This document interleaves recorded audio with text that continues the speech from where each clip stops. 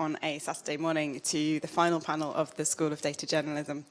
This is the second edition of the School of Data Journalism. We were here last year. Again, we're here for the second time talking about how data journalism has come on in the past year. This is kind of not only the final panel, but the penultimate session.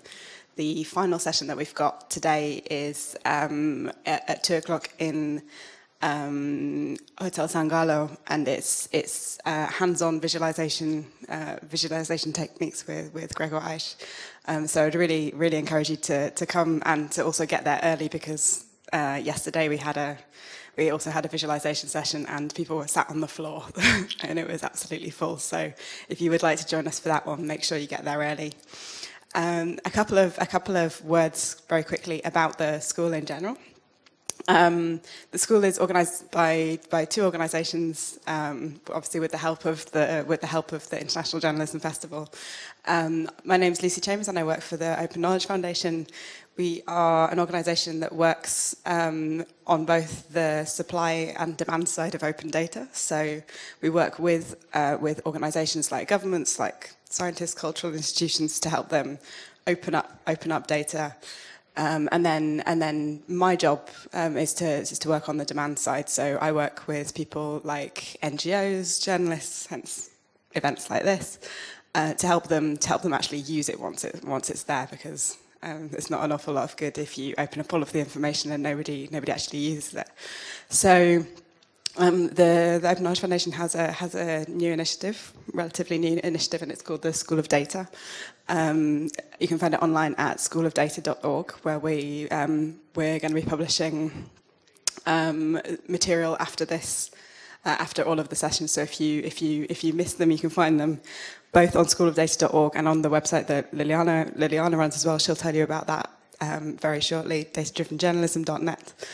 And so if you miss it, or you can't follow along, or you want links or anything like that, they will all be there. Liliana's done a fantastic overview post with all of the links combined into it. One final piece of logistics: we do have a hashtag for this event, and that is #DDJSchool. So can we have the slide back up? #DDJSchool. And so if on the off chance that you can connect to the internet in this room, and you would like to tweet, please do at that, because we'll be kind of collecting tweets, and if you have any feedback or anything, you can tweet that at us as well.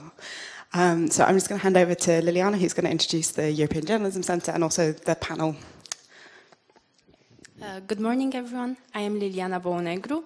I lead data journalism activities at the European Journalism Centre, and I'll tell you a few words about the centre. We are a non-profit organization based in Brussels and Maastricht, and we aim to help journalists do their job better through trainings, online resources, and building communities. In the area of data journalism, we run a website that maps developments in the field called datadrivenjournalism.net. Last year, we published a manual together with the Open Knowledge Foundation called the Data Journalism Handbook. And we also have a mailing list that has around 1,000 members right now, where people interested in this topic can ask questions and exchange knowledge. We also run an initiative called Emergency Journalism, which is where the topic of the panel of today comes from. Rina Tsubaki, who is our moderator today, is running this session that aims to provide journalists with tools, case studies, and other resources to help them cover situations of crisis and emergencies. Before I hand over to Rina, if we could have the slide up again, please. Just to, so if you've missed all the other sessions, Lucy already mentioned this, but if you've missed all the other sessions, all the links and the recordings from all the 6 sessions that we have so far will be available on the Journalism Festival website and on schoolofdata.org and datadrivenjournalism.net. I'll now hand over to Rina to start this session. Hello, everyone. Thank you so much for joining us today. It's very early in the morning, but I think we will have a very interesting discussion today. Our session at the School of Data Journalism today will focus a little bit different. We will have a different angle. We will be talking about covering emergencies in the age of big data. By emergency, we mean two different things. Both natural disasters, such as hurricanes, earthquakes, floodings. Of course, in Italy, we have a lot of earthquakes here, but also man-made disasters, such as shootings, riots, political uprisings, whether they are large or small scale. We are going to focus particularly on the emergency situation, which threatens human lives, where people need information to take action. So, as everyone knows, last week we witnessed a number of both man-made and natural disasters in the world. Boston Marathon bombings, obviously, but also a lot of mass killings in Syria, Nigeria, and the earthquake in Sichuan region in China. So today's panel discussion focuses on four different things. One of them is the role of journalists in the humanitarian emergencies. What are the lessons learned from the past emergencies, past humanitarian crisis? How to best monitor, verify, and curate crowdsourced contents and debates on the social media? How can technology support the process of monitoring and verification? And since we have a representative from UNHCR, we would like to talk about also about the cooperation, how to best cooperate with each other when we are confronted with these kind of situations. So we have a great leading journalists and the experts on this panel. Anthony Rosa, who's the social media editor at the Reuters. He was actively covering the Boston bombings last week. Aron Pilhofer, who's the interactive news editor at the New York Times. And New York Times obviously have a very interesting angle to the live coverage, live blogging, and the live fact-checking. Also, Claire Wardle. It's great to have you for the gender equality balance here on this panel. She's a director of news service at the Storyfull, and she has been training journalists, professional journalists from BBC and Guardian and other media outlets on social media skills and verification methods. And then we have Christopher Reardon. He's a senior digital editor and writer from UNHCR, the Refugee Agency. And he just came back from his visit to Syrian refugee, Jordan and Lebanon. So maybe Anthony, you can sort of give us an overview of like the social media strategy at the Reuters and how you covered the Hurricane Sandy and also the Boston bombings. Sure. Hi everyone, thanks for coming out so early. My role at Reuters primarily is to try to take in as much information I can from social media and disseminate that into the newsroom. It's not really a marketing platform for Reuters, it's more of a news dissemination platform. And we use Facebook, we use Twitter, we use Tumblr as sources of information about what people are seeing around big breaking events, and also to get feedback on what our reports are and what people think they can add to it, what they're seeing, what we're not seeing. We also use a lot of tools to look at massive amounts of data that exist on social media, Twitter probably being the easiest to mine for information.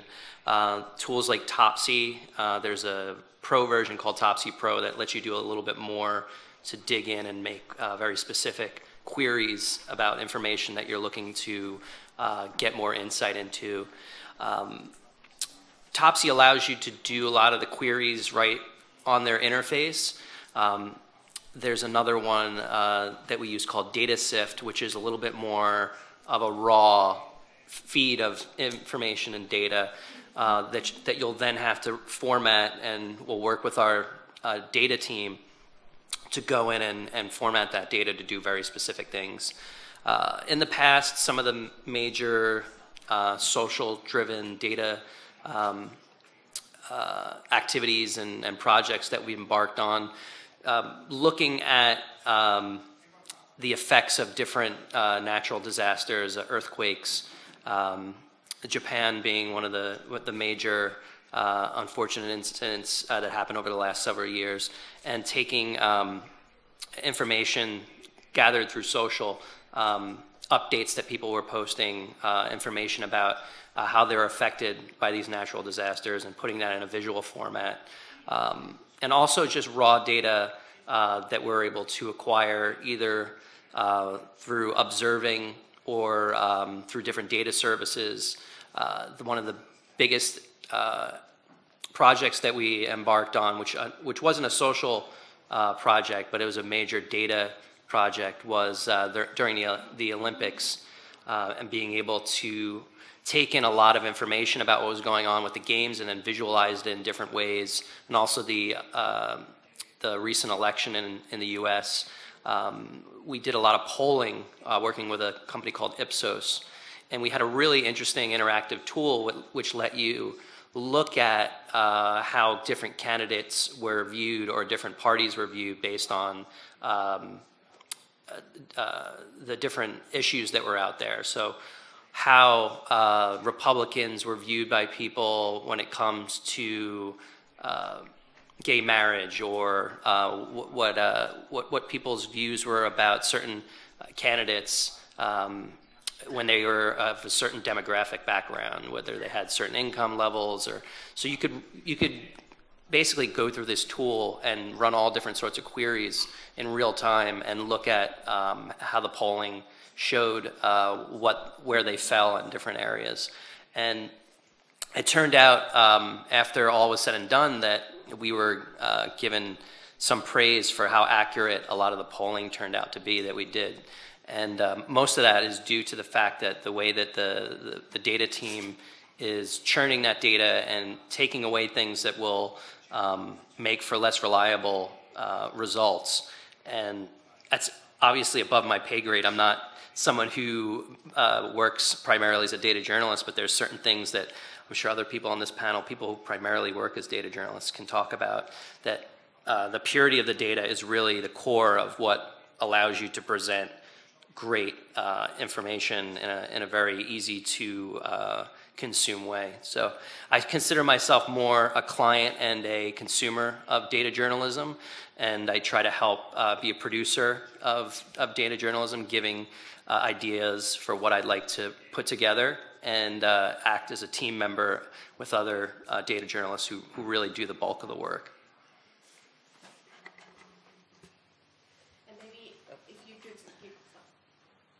And how did you exactly cover the Boston bombings and also Hurricane Sandy? Oh, sure. So when I cover big breaking events like the Boston bombing, what I'm doing is I'm taking in a lot more information that I'm putting back out.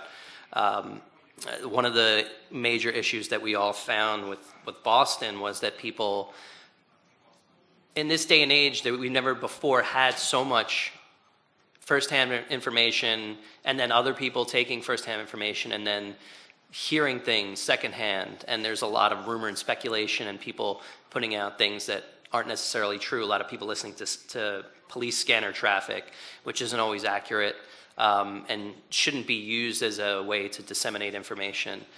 So what I was doing is just kind of absorbing all of that, whether it's coming from primary sources or secondary sources or scanners, and just trying to figure out what's true, what's not. So you have to take it, then you have to follow up. You're making calls to the sheriff's office, to police stations, getting in touch with officials to corroborate what you're hearing and seeing through social media. So my approach has always been to be a little bit more slow and careful, and not just regurgitate everything that's floating around through these different channels that are available to us today. I do a lot more of my reporting on live blogs, because there's more room to give context and explain more about what I'm seeing, shoot down things that are getting a lot of pickup. I think this is more important now than ever before is if you're observing things that you believe not to be true, you have to explain why you think they're not true, and put caveats around not only what you're seeing, but and this might be controversial, but if you're seeing other organizations and news outlets putting out things that they're not fully explaining why they're reporting it, I think it's sort of your duty to, if they're getting a lot of pickup, to put more context around that, because they may not be explaining why they're saying that or what the source of that is, or maybe they're not saying that this isn't coming from a primary source that would definitely prove that that information is true. So that's sort of what I was trying to do during the Boston bombing coverage. And in the future, I think I'll do a lot more of that, is observing what everyone is seeing and trying to clarify some of those reports so that everyone is better informed about what people are reporting on. Thank you very much. Aron, maybe you could give us some of the overview of the how New York Times is dealing with the digital media strategy, and also the Hurricane Sandy coverage. Sure, yeah. So I'm going to talk, I have a presentation, so maybe we can flip that up. There it is. Awesome. Okay, so I'm Aron Pilhofer. I'm the editor of interactive news at the New York Times, and my team combines really three things: community, actually four things. I keep forgetting to say that. Community, so there's a comments desk, social media, and for the past 6 years, mostly we also have a team of data journalists / technologists.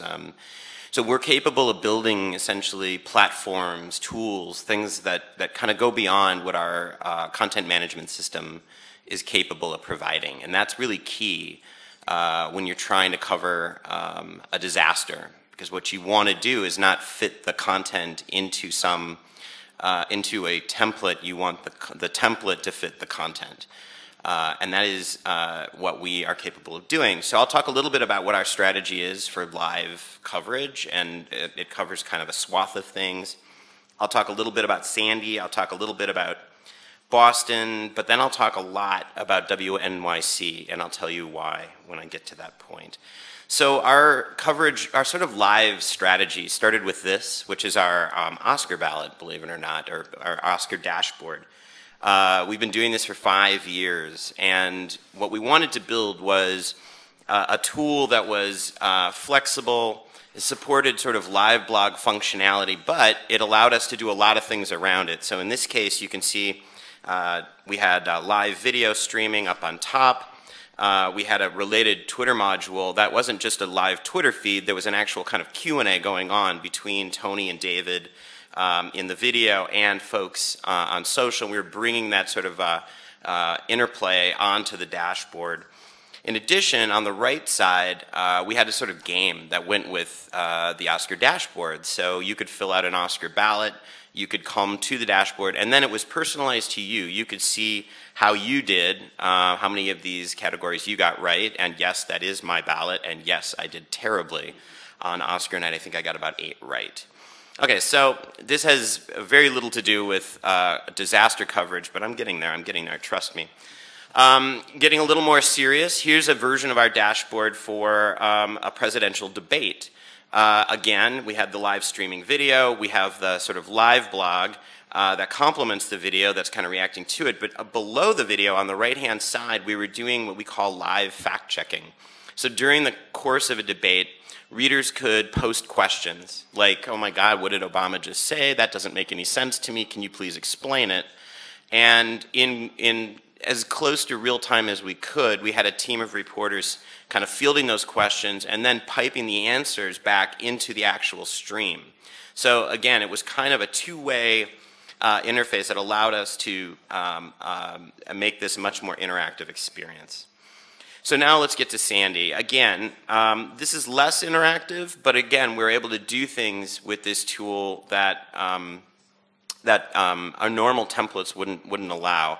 As we were planning for Sandy, you know, this was about a week before before the presidential election. So Sandy had some particularly bad timing.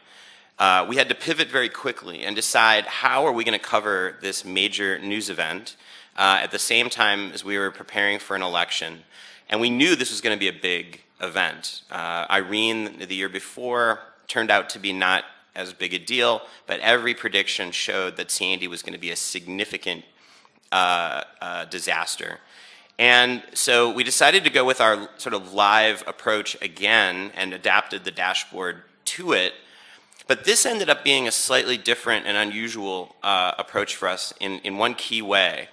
The thing you want to know as a member of the public, as somebody who's in the path of a hurricane, is what is going on right this minute. What do I need to know right now? And unfortunately, the sort of traditional approach to storytelling on the web does not lend itself to that. The way we'd normally cover an event like this would be to have what we call a lead-all. So you would write a story, it would be posted to the web, it might be just a few paragraphs, and then you would write through as you got more information and retop it, and then you would amend it. And you know, there'd be a timestamp that would tell you this was updated 20 minutes ago, 30 minutes ago, whatever. But what it wouldn't do is tell you two things. What's the most important thing right now? And two, what's new? It's really hard to do that in a traditional sort of inverted pyramid style written narrative. So we made the decision, the Times I mean, we pitched this idea and the Times made the decision, I think correctly, that effectively our lead story should be this. So over the period of about 8 days, this was the lead of the website. And this is where we were sending people every single day to get the information they needed to know right now. And again, because we own this sort of platform, on the right side, we could do something like you see here. Now, I was going to pull this up and show it to you but I was just testing the internet. It's really slow, so we should just stick with this. But on the right side, we were able to give you some really key information about public services, subways, what's open, and so forth. So this is sort of, I think, our new approach to live coverage of these kinds of events, where we're not really doing traditional storytelling, we're adapting it to the situation. Here's Boston, another example. I don't have the Sandy homepage, but you can see here the representation. This is how this dashboard would be represented on the homepage. Again, speed is of the essence here. So we were, even on a page like the homepage, which is relatively slow to update, we can take a piece of that and then constantly pipe new stuff into it so that there's the freshest, most recent stuff right there front and center. And of course, you know, we can't ignore other platforms. We have the same sort of thing for mobile. This again is kind of how this looked for Boston. Spinning forward, I think the most interesting thing for us here that we didn't do for Boston and Sandy, well, not necessarily Boston, but certainly for Sandy, is take advantage of the mobile platform and what its capabilities are. I think you could use the geolocation feature to push highly relevant content to people, to maybe push the same content but maybe sorted or prioritized in slightly different ways. I think that's something we're really interested in doing. We're also mindful that a lot of things that work on the web don't necessarily work in mobile. So we wrote a lot of sort of longer posts that were kind of featurey. That stinks on a phone, and you don't want that. On a phone, you want immediacy, and you want it right now. So those are the two things I think we're looking at going forward. We also did a number of infographics. We had a live hurricane tracker. This is something that they had built a few years ago, so readers could track this online. And then after the fact, Rina wanted me to talk about this. We went down and reported out all the people who were killed and plotted that on a map as well. This is a really, really, really good infographic. Now, I want to be clear about this. These two projects were not done by my team.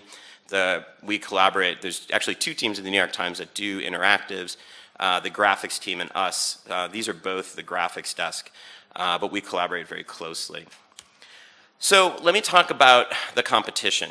WNYC is a tiny, well, not tiny, but it's a relatively, compared to the New York Times, small radio newsroom in New York City. It's a public radio station, and they have a data journalism team of, right now, 4. At the time of Sandy, I believe it was 2. And they frankly kicked the crap out of us on Sandy. I am not ashamed to say that John Keefe, who runs that team, covered this storm better in some ways than we did. And that's really kind of the message I want to leave with you guys today, because my team is 37 people, and we got the snot beat out of us by a team of 2, okay? So if they can do that, you can too. So how did John Keefe approach this? He approached it similar to the way we did, but just asking some basic questions. Start with the basics. Put yourself in the position of the reader. What are the questions they're going to be asking themselves, and how can you address them? And this comes from, by the way, if you Google predicting questions, building answers, you'll find John's blog post on this about how they approach Sandy coverage. It's very interesting. And he also gives you very detailed instructions for how he built some of the things I'm going to show you. But those are the fundamental questions people are going to be asking themselves. And it's very simple from the journalist's point of view to say ahead of time, what are the questions people are going to want to know? So, what did they build? They built a storm surge flood zone map. In other words, these are the areas where if you happen to live here, and you could put in your address in the upper right-hand corner and find where you are, and you would know whether you are in a highly flood-prone area, moderately flood-prone area, or that you're high enough that you're maybe relatively safe. They built this using Google Fusion tables. I'll talk a little more about that in a minute. They built a map that showed which trains were operating and which ones were offline because they were underwater. They built a flood gauge watch. In other words, as the flood waters rose, a lot of these points on this map turned to yellow and red as it reached flood stage. So you could actually watch in real time where the flooding was happening. They built a transit tracker, and you might remember here our version of this, there on the right. Well, we stole this completely and unabashedly from John. They launched this before we did, and this was like, of course, right? People are going to want this. So I sent John an email and I said, by the way, your transit tracker is sheer genius and we're going to steal it and I will credit you for it every time I speak. So consider him credited. They also built, and you can't see it here unfortunately, they also built their own version of a storm tracker. Now this is taking data that is freely available from NOAA and plotting it again using some pretty simple code on a Google map. Showing the path of the storm and the likely path of the storm, where the storm has been, where the eye of the storm is, and what its likely path is going to be. And they also built a flooding zone map here where this was after the fact, and this was after the flooding occurred to show you where everything was. So the message here, and that's my contact information if you want it, the message here is pretty simple. Prepare ahead of time. If you are not prepared and you haven't asked yourself those 5 or 7 questions, like what are the readers going to want to know, and you haven't gotten a playbook together for how you're going to cover a storm or a disaster like this, when it happens, that is too late. It is already too late. You do not want to be doing this stuff on deadline, and much of what you saw there, John started working on during Irene the year before. Again, ask questions. Put yourself in the mindset of the reader. And I mean, yeah, right? No, duh. That seems really obvious. And it is. But if it were that obvious, we wouldn't be sitting at this panel today. We wouldn't get this wrong so many times. It's very hard to do that. So we need to start doing that. Think about alternative ways of telling the story. In our case, it was a live blog mixed with other content, the dashboard. Using the dashboard as your lead story. In John's case, it was a lot of maps. In some cases, maps tell the story way better than words do. And finally, do not be afraid, and this is where we get beat constantly, do not be afraid to use free tools, get it done, get it out, and get it done fast. And John will show you on his blog, if you look it up, everything he built pretty much by himself. All of those things I just showed you was pretty much built by himself. Maybe he had a little help. And John is not a programmer by background or training. He figured it out himself. So you can too. Believe me, if John can figure it out, and if I can figure this stuff out, you can figure it out. And finally, use the channels available to you. We used social media, like Anthony was saying.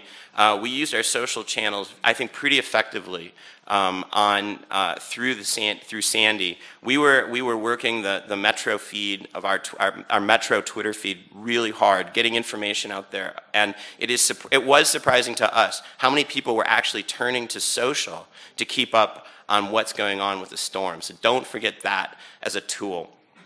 And I guess with that, there's my contact information if you have questions. And with that, I'll turn it over to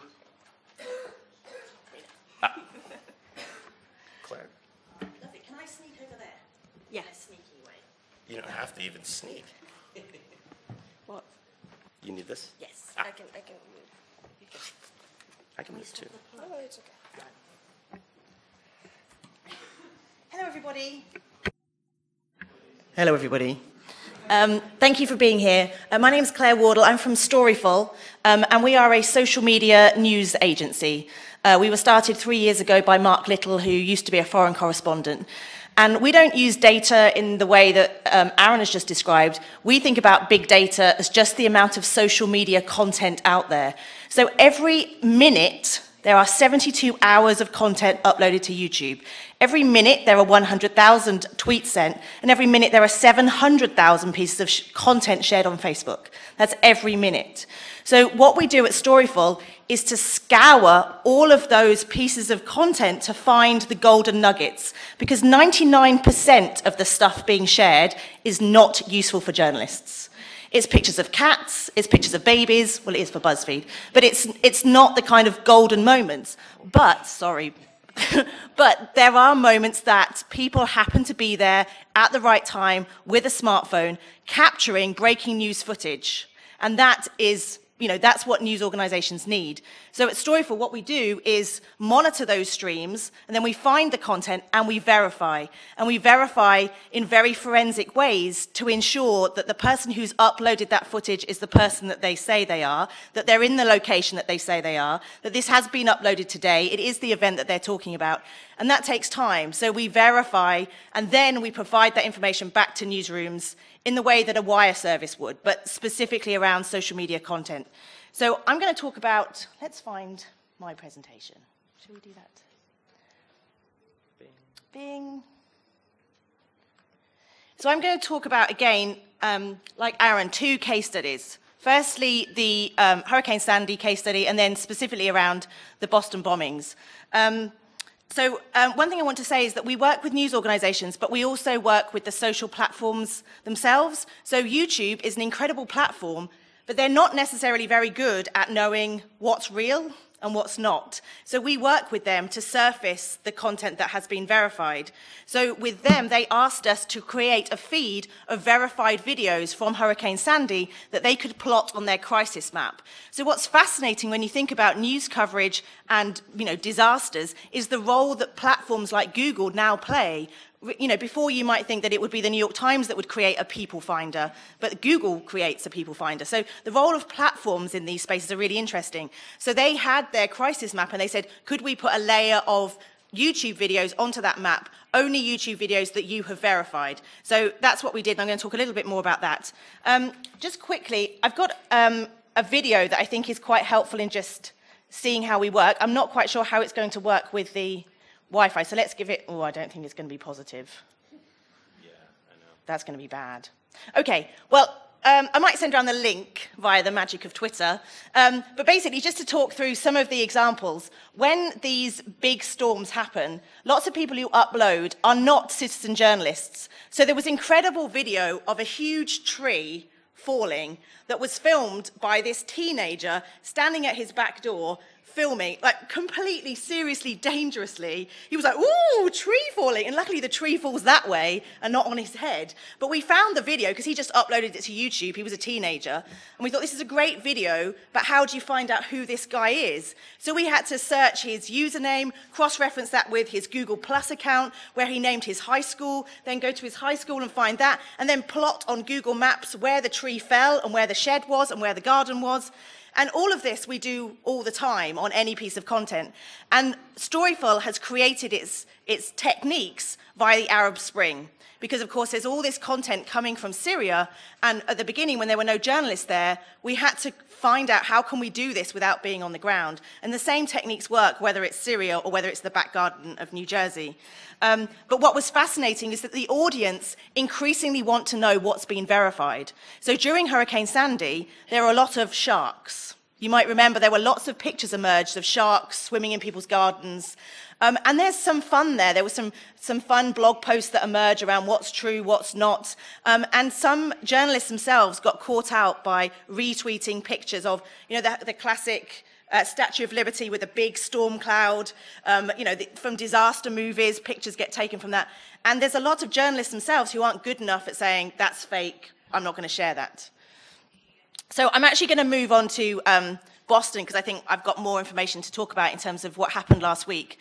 In terms of big data, I talked about how much content there is out there. And so what we use at Storyfull are Twitter lists.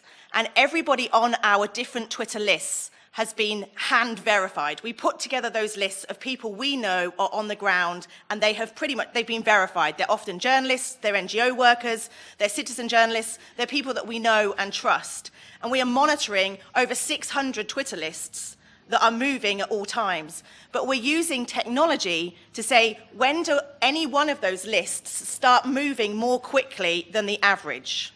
So a South Korea list, we know at any particular time of day or night how many tweets per minute there are. If that starts moving more quickly, an alert goes off in our newsroom to say something's happening in South Korea.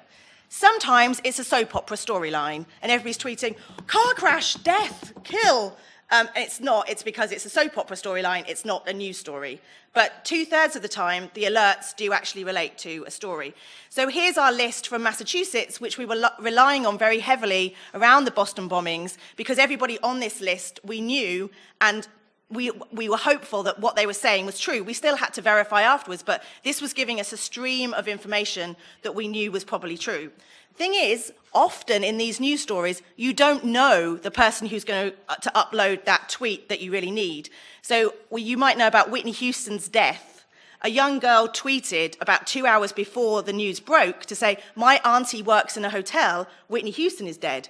But she had 30 followers, nobody knew her, it wasn't something that we'd found. So nobody has found the magic juice of finding those hidden tweets. And so I'm going to talk through how to find these kind of tweets. And there are new technologies, and one of them is Geophedia that's getting a lot of talk at the moment. Geophedia is a way of looking at social content that's been uploaded from a specific area. So during the Boston Marathons, they opened up their feeds and people could use that.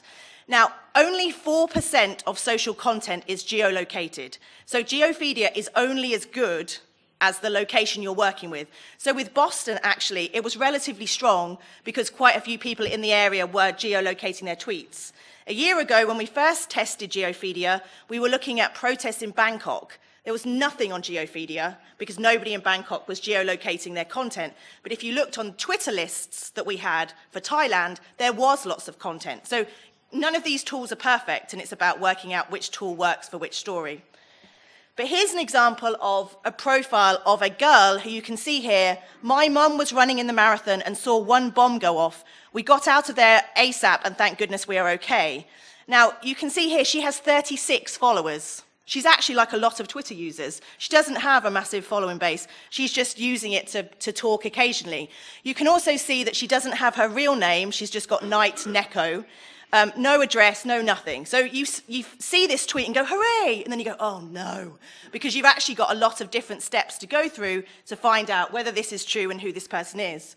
So this video you may have seen is, let's see if we can play this, only 14 seconds, I'm hopeful. You may have seen it, but this is because her mother was wearing a GoPro on her head.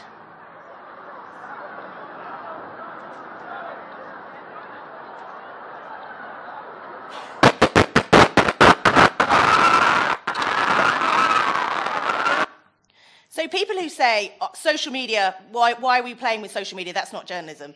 That's journalism, that's footage, that's breaking news footage. And you can see that that's now got over 3 million views. The audience are increasingly going to YouTube to find the witness accounts. The problem is there's nowhere on YouTube to tell you whether that's true or not. But that is a whole different panel discussion.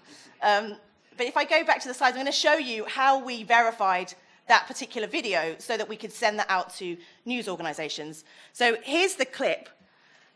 If we went to Google Street View, which is one of the biggest tools for using, whenever you find a photo or video, the first thing you should do is go to Google and place yourself in the position that somebody filmed that. And when you do that, you're a long way to saying, okay, I'm pretty certain that I've ticked the first box of verification.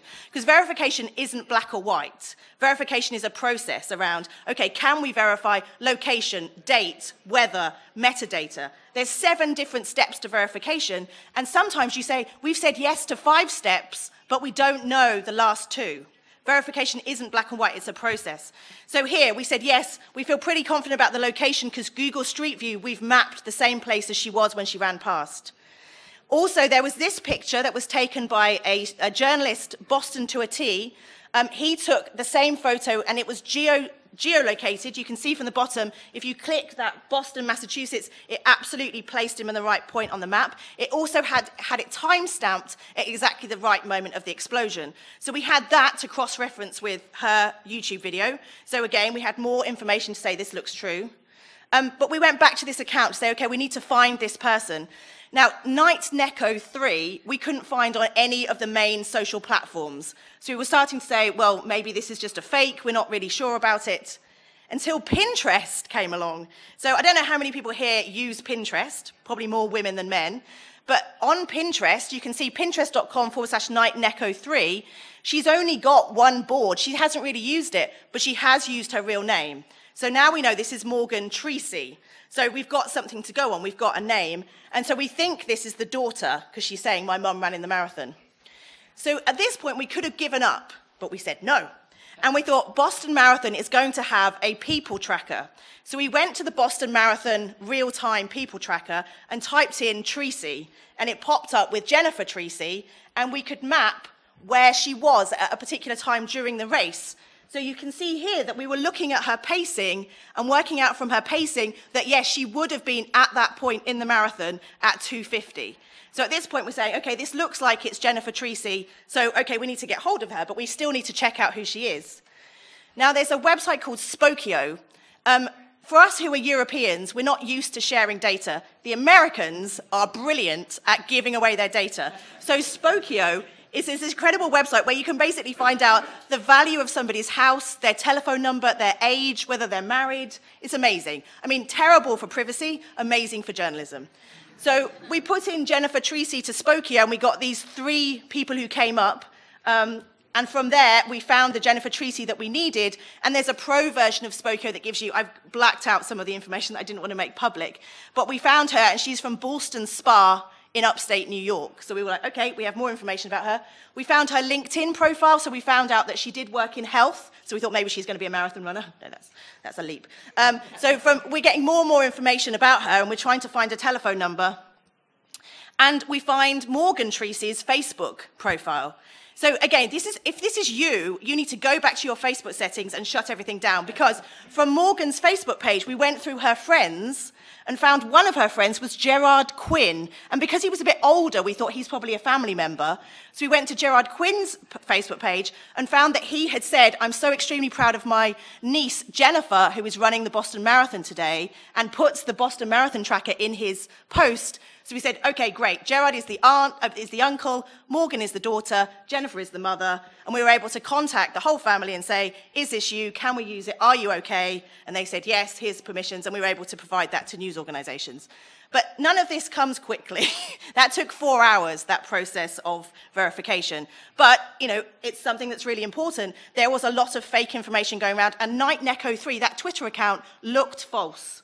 You wouldn't have thought that that was a Twitter account that would have been useful. Ultimately, it happened to be a young girl. And that is many of the eyewitnesses. That's what their social profiles look like. It's not the stuff that's very easy to verify. So it just takes time.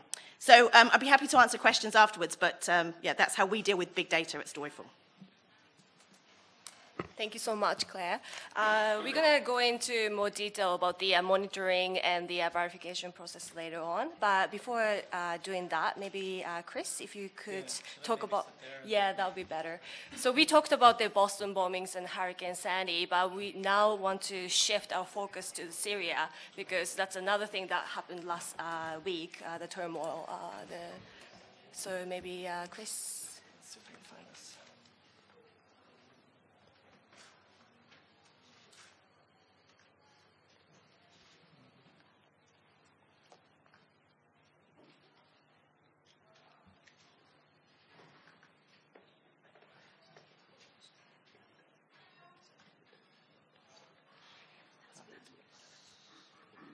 It's not good. Can we switch this? There we are. Okay. So I'm Chris. I'm from UNHCR, which is the United Nations Refugee Agency. We're dealing with emergencies often in a different context than Boston or Sandy, which are very acute, and play out in a short period of time. We're working on emergencies that are slow and grinding and go on for years in many cases, although there are spikes and when they get very dramatic. So what we do, we're a very operational organization. We do work on policy and advocacy, but most of our people are in the field, in very remote locations, on the front lines, in hotspots, places where a lot of journalists can't get anymore or can't get easily because of budget reasons. So often our people are on the ground before the journalists get there, and we're trying to get them using social media more to be getting information out more in real time. But what I wanted to talk to you today about was mostly the Syria crisis. I just came back from Jordan and Lebanon, two of the countries that people are fleeing to from Syria. And when we think about refugees, we often think of something like this, the iconic image of the rows of white tents. And this is Zatri camp in Jordan, where I was last weekend. And the reality is a lot of refugees do live in situations like that, but actually 3/4 of the refugees around the world live in towns and cities. And that's also the case with this emergency. In Jordan, I think it's 76% are in towns and cities. In Lebanon, it's 100% because there are no camps. So data, or at least simple statistics like that, can help dispel misperceptions about what is a refugee, what does a refugee emergency look like. So in terms of data, we collect a lot of data. We're not yet at the big data stage, I think. We're still at the little data stage. But even so, there's a wealth of information there. And what I'm trying to do is get my hands on that, pull it out, find the meaning in it, and push that out, as well as getting some of the raw data and sharing that with partners at the New York Times, Al Jazeera, and elsewhere, because they have teams of data journalists who can do these brilliant data visualizations that we just don't have the skills and the capacity and the time to produce as quickly and as well as they can. This is a family I met on Monday in Amman. So they are, some of that 76% who are living in the urban situations. When we collect data, we used to do it, I'm told by colleagues 20 years ago, in Rwanda, it was a matter of head counts, and that was sort of the extent of the registration process in some ways. Now there's more need for accountability and transparency. There's also greater value put on data that can help us improve operations, work more efficiently. So now when we register people in the Syria crisis, for example, we're collecting a lot of information, names, dates of birth, religion, ethnicity, what their vulnerabilities are. And recently we tried to add some questions to the questionnaires so we could get more data. But in fact, what's happening is we're having to ask fewer questions because the time it takes to get people processed, the flood of people has come so quickly that people are waiting, days and weeks to be registered. And so for every extra minute we spend trying to ask more questions, it means people wait longer. So We gather a lot of this information, though, and we have a data portal where we share it. It used to be that much of this was done in PDF format, so it looked pretty, but the data was not very accessible for people outside. It's now being updated, so there's more Excel spreadsheets that are available, so data can be filtered and manipulated by journalists. There's also, the map is now becoming embeddable, so there's you can customize it and embed it on another site. And also there's an API that's being developed so that you can pull the data directly from the portal. Then just briefly I wanted to tell you about sort of a social media campaign that we did recently. The number of refugees from Syria, in December it was at about 500,000. Then suddenly in January it increased, February it just skyrocketed, and we realized all of a sudden that we were rapidly approaching 1 million. So we looked at, how can we, on the communication side, we've tried to move away from just the cold statistics that they become very repetitive and you kind of lose the humanity of a refugee situation. It just becomes a mass of people who are far away and hard to relate to. So we've been trying to focus more and more on telling the individual stories. And yet, in this case, we thought that the 1 million was a very significant milestone and that we needed to tell that story, but we wanted to be able to break it down. So we looked about 2 days before we could pinpoint, we knew that in 2 days we were going to hit the million. So we had people in the field identify someone who was going to be registering on that day. And this is Bushra in Tripoli, in Lebanon. And so we picked her out. We didn't want to call her the 1 millionth because there were many people who registered that day, and you can't say exactly one, but she was 1 in a million. And what we liked about that is that it helped, indicate that there's 999,999 other stories to tell. This is one of them. So it worked both to tell the number of the story of the statistic, but also to personalize it. We did a quick video on social media about her that got 6,000 views within a day or two.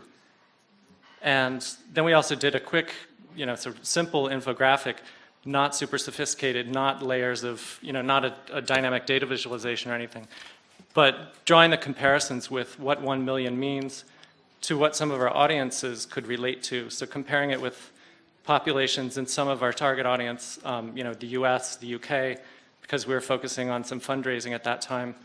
And then we had, Maroon 5 tweeted out pieces of this. Lise Doucette took pieces of this and used it in her piece on BBC. So we got a lot of mileage out of these statistics. So we're looking at how can we combine the data with the individual storytelling and present a fuller picture of the crisis. We also released a set of photographs that we had commissioned, sent a photographer, Brian Sokol, around the region, and he took photographs of people with the most important thing that they took with them when they fled. Because people often, in this situation, they take very little. This is a boy who took his cell phone, and what he liked about it is because there's a place where he can stand. There's a hill at the refugee camp at Zatri. They call it Syria Tel Hill, because from there you can pick up a signal from Syria. So he can make a local call back to his father, who's just across the border. We released this as well, and it was published on Al Jazeera, on CNN, on the BBC, in Foreign Policy magazine, and elsewhere. Excuse me. Now what we're doing is we're building a user-generated content piece around this for World Refugee Day, which is June 20th.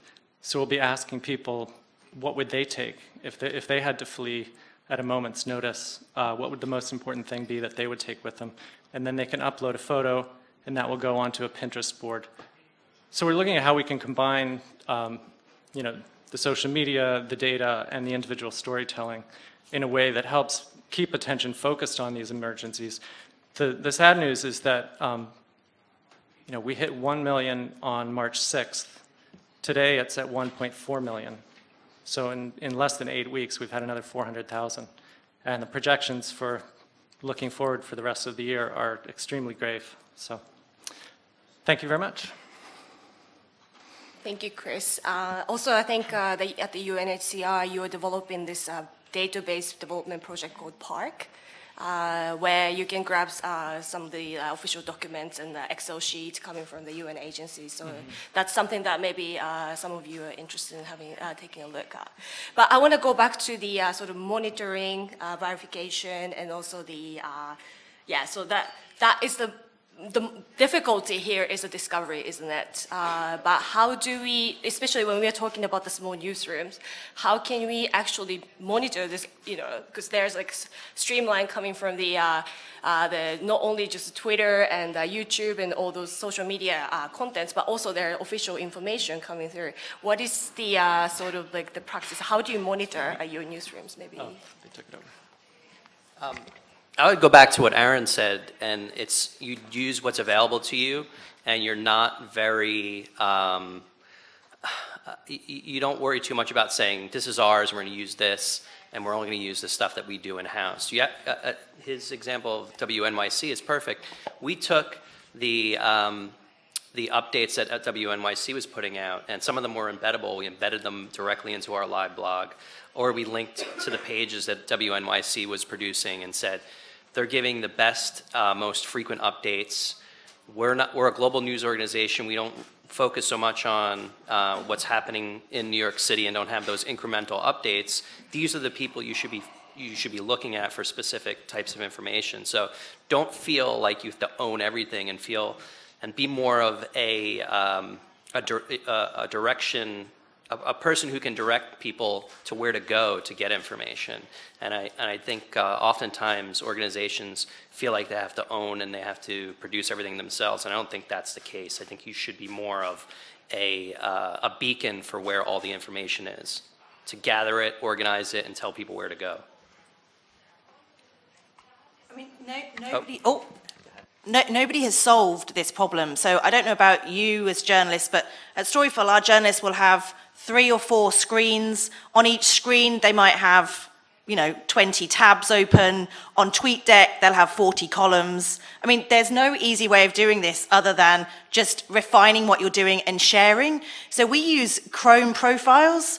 So you can log in, and so if somebody has created a kind of a dashboard with all, for a breaking news story, these are the best Twitter lists, these are the best hashtags, and so then when the next person comes on shift, sharing that information, because I think in newsrooms we often reinvent the wheel every shift. And actually, we're not very good at passing on that information. But the person who creates the discovery dashboard, as newsrooms have relied on these content management systems like EMPS or different things. Now, journalists are having to rely increasingly on web-based tools, and nobody has brought them all together, and it makes it increasingly difficult for journalists to do this well. But I think it is a case of sharing knowledge. And I think social journalists are very good at sharing what they're finding. Like Anthony was saying, follow this feed, this is a great person on the ground in Boston. That kind of thing. It's incredible to see, I think, from social journalists who have stopped thinking of themselves as this is my black book. Which I think has helped, and I like the fact that you can get that knowledge from a Reuters journalist or a New York Times journalist, even if you're working for a small paper in Slovakia.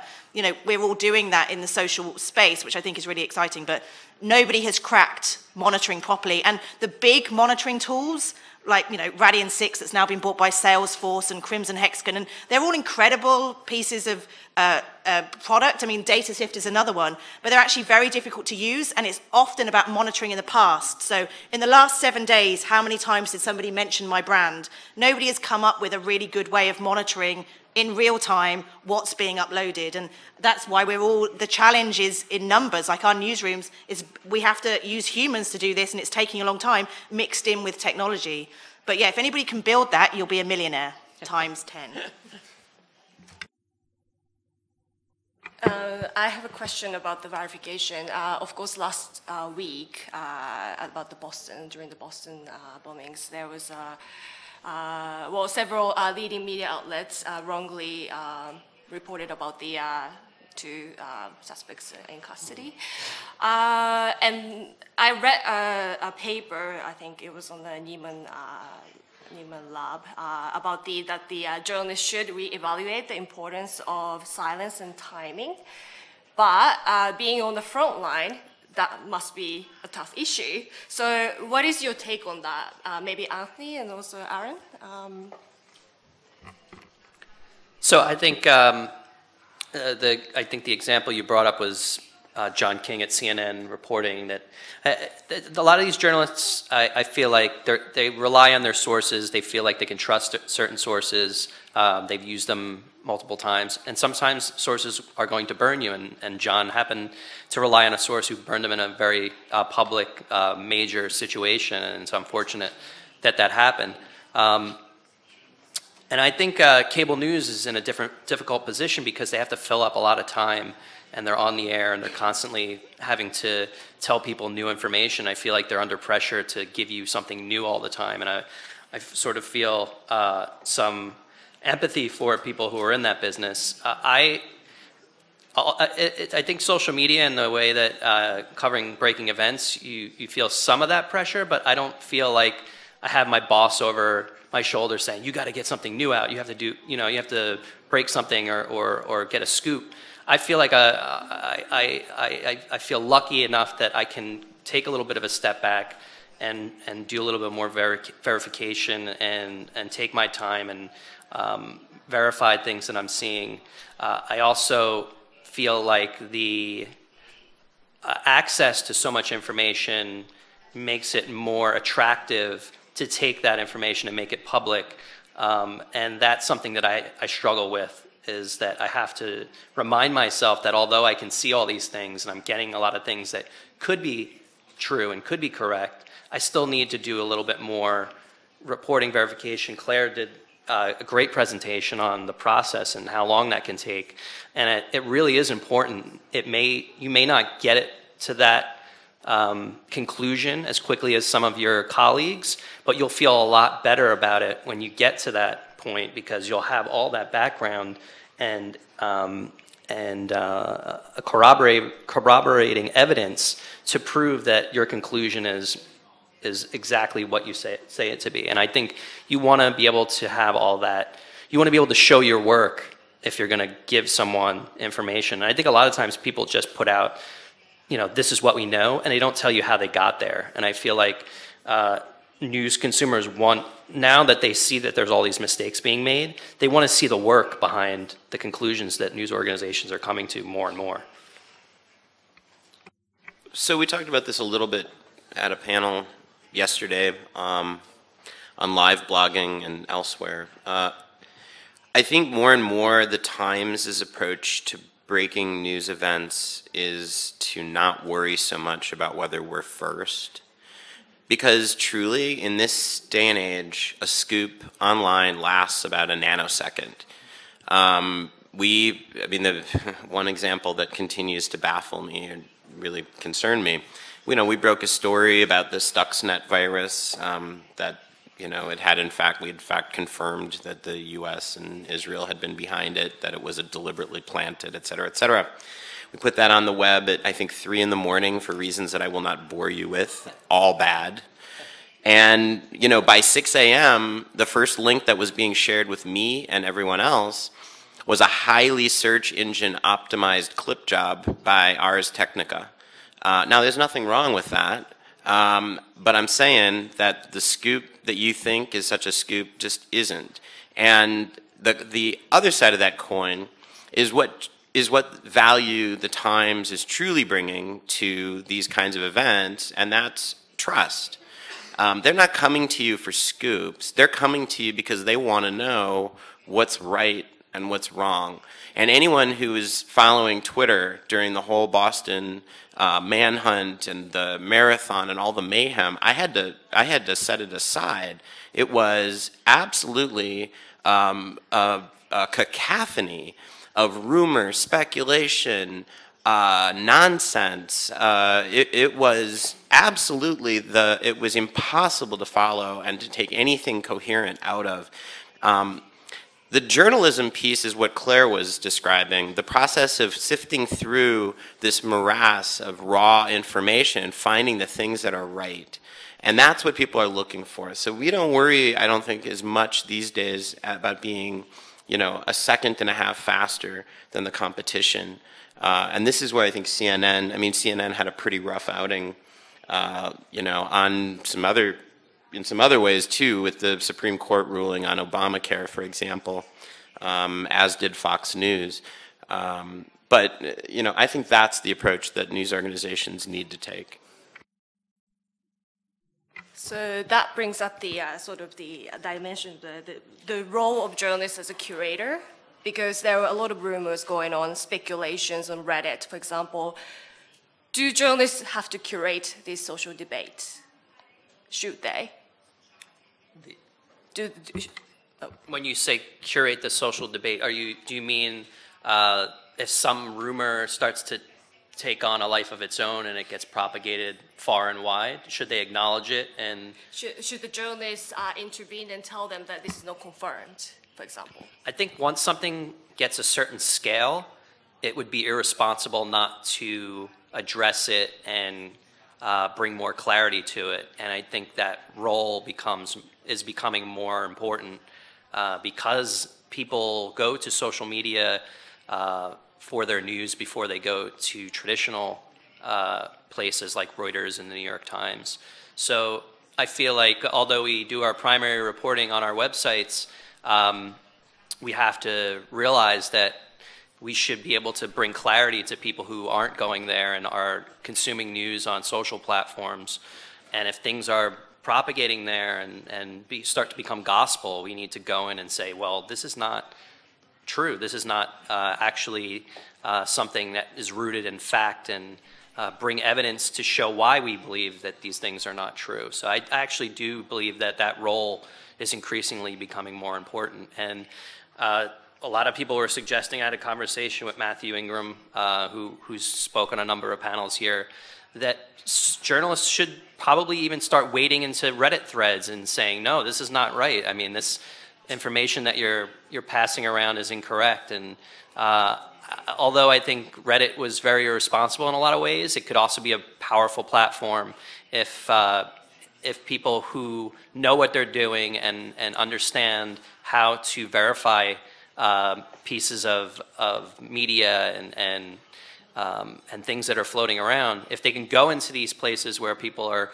starting to get their information and start to become arbiters of what's truth and what's not in a professional capacity, platforms like Reddit could actually become more useful for verifying information and getting better veracity for what people are seeing. Can I say something quickly? So people like to blame social media for circulating rumours. Humans love gossip and rumours. And in every village, everybody knows the gossip, and it might be the shopkeeper, and you go to the shopkeeper and you have a gossip, but you still go to church on Sunday to hear what the truth is. And I think that's the role of journalists, is that social media, people will go on there because they just want to see the gossip. But I remember in the summer of 2009, Michael Jackson died, and Twitter was full of saying, Michael Jackson's dead, but has the BBC said that Michael Jackson is dead? So they wanted to share the rumour, but at the same time they knew deep down, oh, but I need my dad to say whether it's true or not. And I think that we should stop blaming social media and just recognise that humans love gossip and rumour, and social media is just amplifying that. But there will always be roles for journalists because people still want to know what the truth is within all of that. Well, just to slightly argue with you here, I don't think anybody's blaming social media, but I do think that there is this, I think there is in some respect a sort of a misunderstanding of what journalists actually do for a living. There are a lot of folks out there who believe, quite literally, that the job of the journalist is simply just a conduit. Information comes in, we type it up, and information goes out.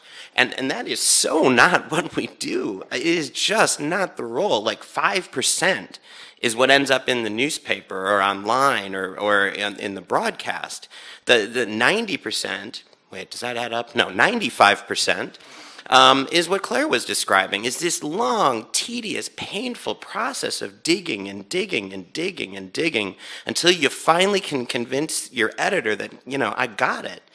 And I think that you saw in this, particularly in the case of Reddit, around this Brown student who was, they took it upon themselves on Reddit to become, in their minds, journalists and got it 100% wrong in some really spectacularly bad ways.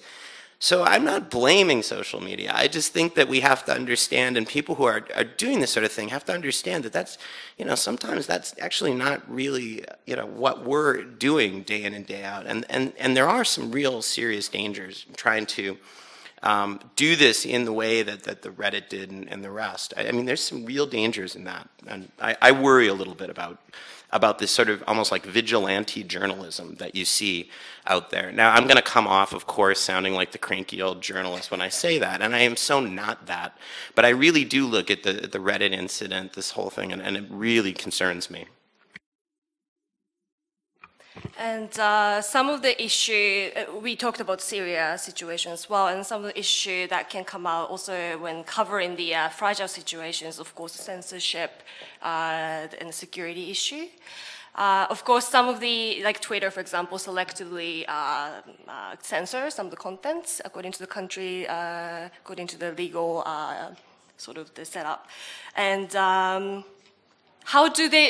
but like you can always get around, but how do you actually reach those voices on the ground, and also how to deal with the censorship when covering the situation, like fragile situation? Maybe, well, I think you can comment, but maybe some of the journalists that we have here. Yeah, I think I'm going to pass it to you because we're not actually, we're not covering that ourselves in that way. Yeah, there's some like censorship, as in like, for example, like Twitter can censor some of the contents, right? But to discover, to reach out to the voices on the ground, because you're crowdsourcing. I can speak to that a bit. All I can say is that people in these countries where they find it difficult to get information out often find ways to get it out regardless, and there are folks that are trying to help them do that through different tools, being able to use proxies. There's an application called Tor that people in places like Libya and Egypt and Bahrain and Syria, which is a way to get past the government censorship of the networks that they use, and use tunnels to get that information out to less totalitarian places that the information can then be spread throughout the world. But there's always the nuclear option, and we saw that in Egypt where they'll just shut the internet off, and they did that for a short period of time during a revolution in Egypt. And obviously everyone in other parts of the world said, well, you can't do that. And Egypt quickly turned the internet back on. There's always going to be people who have the motivation to figure out how to get that information out one way or another, and they're really smart people who know how to bend technology in ways that allow them to get that information out. And they work side by side. Journalists, oftentimes these are activists that are doing it. So when the information does get out, as a journalist, you have to remind yourself that this is coming from an activist's point of view, and it's coming through that prism. So you have to make sure that you're not just helping spread propaganda when you're getting information that comes through those channels. Sorry. No, that's okay. So I also want to talk about the collaboration part, because everyone's doing the sort of verification process, whether they're journalists or humanitarian organization, whenever there's a humanitarian disasters. Could you share your point of view, how we could best cooperate among those different kinds of stakeholders?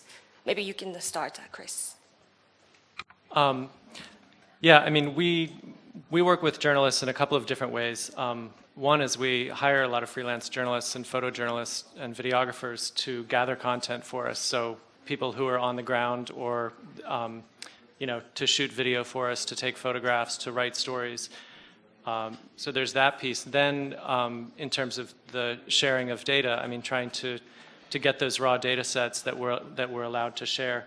And there are limits to this, and I meant to mention this earlier, but when we release the data, we have to make sure that we're not releasing data that's going to jeopardize any individual refugee, because there are reprisals. People can be tracked down. Bad things can happen. So we have to make sure that, people cannot be identified, and that sometimes, we have to strip the EXIF data out of photographs when we publish them sometimes, so that people can't use the geolocation or other details in order to find that person. There's also issues with releasing aggregate data publicly in a situation like Lebanon, where there's a delicate balance of different religious groups, and the political system is very tied to that. We have to be careful when releasing data about religion and ethnicity of the refugees who are coming in from Syria, that the public perception of that isn't going to, trigger some sort of political instability, because people will feel that, oh, there's too many from this ethnic group coming in. That said, we have released that, and to no ill effect, but we always have to look at these considerations of, will that data cause any danger? But just the same, we are trying to, I'm trying to get more and more of it out, because I think journalists can do brilliant things with it and tell the story in ways that we can't and reach audiences that we can't. I'd like to ask, I would like to get some of the questions from the floor. Are there any questions? We have about 5 minutes left. Everyone's so shocked. Right over there. Thanks. Hi, I'm Alice Klein from Radar, and was freelancing in East Africa. Just surprised in this talk that no one's really talked much about developing countries, because that's where a lot of the emergencies are really having the most impact, and that's where a lot of the big data comes from. I was interested, Aron, that you were saying that when people were coming to the New York Times website, you had almost a responsibility to say, tell people where they should and shouldn't go, and that's the information that people needed. I was just wondering if any of you, perhaps, Chris, thought that there was space for something online, some kind of platform that journalists based in the West could use for, say, if we're talking about something like Haiti, where you can't be there on the ground in the first few hours, where you can kind of aggregate that kind of information. Because otherwise you just get a situation of like a Red Cross press officer getting 1 million calls from journalists all over the world. Surely if we've got all this technology, we can find a more effective way of collaborating and sharing that information, and not least because the aid agencies are notorious for not collaborating together, but like Claire says, maybe the journalists and the social media experts could be the ones to do that for them. Yeah, I agree. I mean, a platform like that would be great, and I think one issue is sort of the verification, which gets at what you're doing at Storyfull, but sort of if some of those lists could be developed and verified beforehand, that would be great. I don't know if Storyfull is able to do something like that, but Storyfull is, yes. Yeah. I don't know about Or Storyfull. sorry, I'm not the first one to do that. So there's another aspect to this, and that's tools, technologies, platforms, the ability to do these things, and that's where I think there's a real deficit. Paul Radu is in the audience right there. Raise your hand. Raise your hand. There he is. Okay. So he's been working very hard with a group of folks to develop a collaboration platform that is secure. It provides sources the comfort that they're not going. That if there's information on your computer, it's not going to fall into the wrong hands. That you're not, doing things that journalists do that just still boggle the mind, like dealing with confidential sources through Gmail, things like that. You just like, what are you doing? That to me is where I think there could be avenues for collaboration that go well beyond what we have right now. You're seeing some of it happen, but I think you could do a whole lot more to kind of surface some of the things that you're talking about.